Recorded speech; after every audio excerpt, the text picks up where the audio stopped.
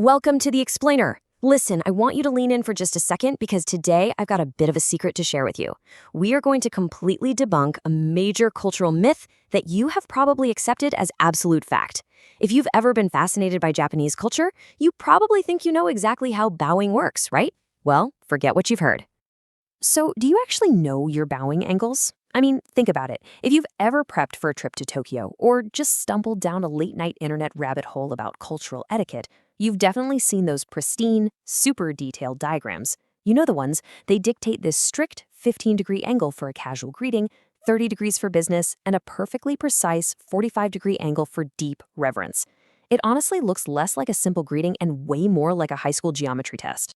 But it is time for a quick confessional moment here. The internet loves to push these rigid mathematical rules, but I'm going to let you in on something. Almost no Japanese person is actually thinking about these angles in their day-to-day life. Honestly, most locals see those viral diagrams and just kind of think, wait, is that how we do it? These strict classifications are largely a recent invention, popularized by modern business etiquette classes over the last few years. In reality, Japanese people just let their bodies act naturally. If you're apologizing deeply, your body naturally dips lower. If you're greeting a boss, you naturally bow a little bit more. It's pure instinct, guys, not math. And that brilliantly illustrates what the real boss-level challenge of the Japanese bow actually is. Because the hardest part isn't calculating your exact degree of decline. It's the timing of when to stop. This is the unwritten struggle, the unspoken secret that literally nobody teaches you in those fancy business courses or tourist guidebooks. Figuring out exactly when to end the bow, that is where the true cultural navigation happens. Let's break down exactly why this is so tricky. There is a massive blind spot built right into the deep bow. It all comes down to a simple anatomical complication that causes, well, massive social confusion. When you bow deeply to show sincere respect, your eyes naturally close. Or, at the very least, your line of sight drops straight down to the other person's shoes. The result? You can no longer see their face. You have completely lost visual contact with the very person you're interacting with. Okay, let's dive into this, because this loss of vision leads to what locals playfully call the infinite loop of bowing. Picture this. You're bowed down, staring at the pavement, and you literally cannot see if the other person has finished their bow. So you think to yourself, okay, that's probably been long enough, and you pop your head up. But alas, the other person is still bowing. Panicking that you've just been incredibly rude, you immediately duck back down. But at that exact same millisecond, the other person decided it was time to come up. So they see you bowing, and they immediately drop back down too. You end up continuously bobbing up and down, completely out of sync, trapped in this hilarious standoff. It's a classic comedic trope that locals find incredibly relatable, simply because it happens all the time. Let's move on to another situation and see how this spills over into everyday professional life. Enter the infamous elevator trap. The author of our source material actually shared a wonderful personal anecdote about this one. In Japanese business culture, when you're seeing clients off at the elevator, it's customary to bow until the doors completely close. But remember that blind spot we just talked about?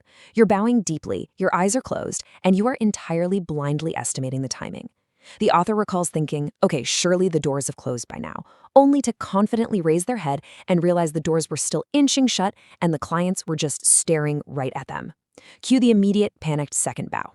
It's a total guessing game, and even native Japanese folks get it wrong. Or consider the car dealership goodbye. Have you ever experienced this? You buy a car, or even just visit a lot, and as you drive away, the staff will stand at the very edge of the street and bow deeply until your vehicle is completely out of sight. It is this stunning, deeply respectful display of hospitality. But yeah, it can also be slightly awkward. You might drive down the street, get stopped at a red light a whole block away, glance in your rearview mirror, and see the dealers still bowing deeply in the distance. It's this uniquely Japanese blend of being incredibly beautiful while simultaneously making you think, oh no, please, you can stop now. My car is literally gone. Now, what's really fascinating is how context completely changes the nature of the bow. Because when it comes to a sincere apology, this exact same bowing standoff completely stops being a comedy sketch. The humor completely vanishes, and it instantly becomes a very serious, highly formalized display of mutual sincerity. Let's look at the unspoken high-stakes rules of a severe apology. First off, the deepest regret naturally equals the deepest, longest bow. That much is intuitive. But here is the critical logic. Raising your head first signals to the other person that your apology is over.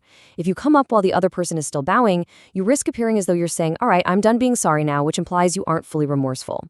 So, both parties end up trying to wait out the other person to prove the absolute depth of their sincerity. Whoever raises their head first essentially loses this silent standoff by appearing less apologetic. It is a profound, entirely wordless negotiation of regret. But let's take a breath and step back from those high stakes for a moment. I want to share a touching childhood lesson from the author's parents that completely shifts our perspective here. As an anxious kid who struggled with greetings and couldn't always find the right words to say, their parents gave them a simple, brilliant piece of advice. You don't have to say anything, just lower your head. That is so incredibly reassuring, isn't it? It teaches us that words aren't always necessary when you are feeling anxious. The physical act of simply lowering your head carries all the weight and warmth of your intentions. So the crucial point is, you really don't need to overthink this. If you're a visitor, a tourist, or just someone doing business in Japan, you do not need to pack a protractor to measure your angles. And you don't need to perfectly time your elevator departures. A casual, natural nod is universally appreciated. Even if you don't speak a single word of Japanese, just lightly lowering your head with a momentary dip of the eyes communicates a world of warmth and respect. It's truly that simple. Ultimately, a warm gesture totally transcends language. When we strip away all the rigid rules, the viral internet diagrams, and the intense pressure of having absolute perfect etiquette, we're left with the beautiful human side of the culture. Understanding that even locals get trapped in infinite bowing loops or elevator panics makes the culture so much more approachable. It reminds us that behind the formal traditions are just real, everyday people trying their best to show respect to one another. So I'll leave you with this to think about. How do you express sincere gratitude or apology without using words in your own culture? Think about it, because finding those little, very human differences, that's exactly what makes exploring a new culture so incredibly rich. あなたの体験をぜひ聞かせてください。コメント欄に書き込んでね。